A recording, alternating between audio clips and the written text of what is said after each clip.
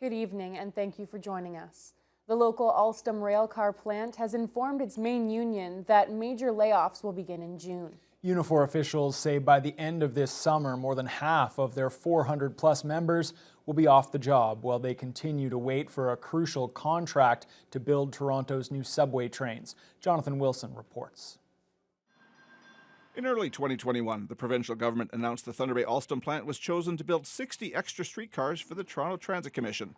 The contract brought some much-needed work to the plant, but Alstom officials say that project will soon be coming to an end. The company points out that workers in the plant knew that time was coming soon. But according to Unifor Local 1075 President Justin Roberts, the announcement of around 250 layoffs this summer still hits his members hard. We're laying off so many right now because, the LRV streetcar contract has come to completion, and we currently have about just over 200 members working on that line.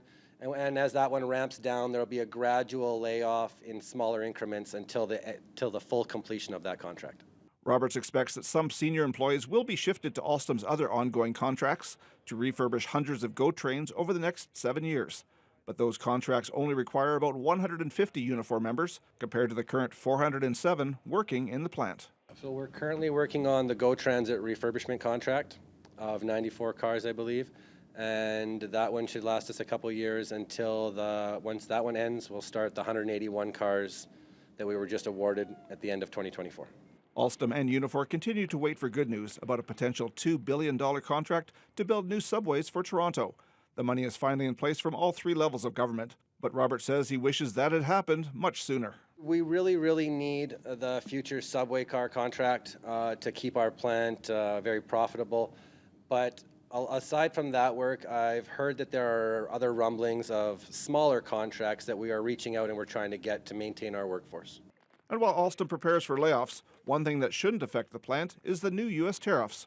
Robert says that's due to their current supply chains, which are mainly outside of the U.S. The tariffs aren't overly affecting our facility. We're not building as many primary parts out of raw material as we once were. And in the same case, we're not buying the same amount of raw materials that would come from foreign countries. As of right now, most of our materials, I believe, are coming from Canadian suppliers. Jonathan Wilson, TBT News.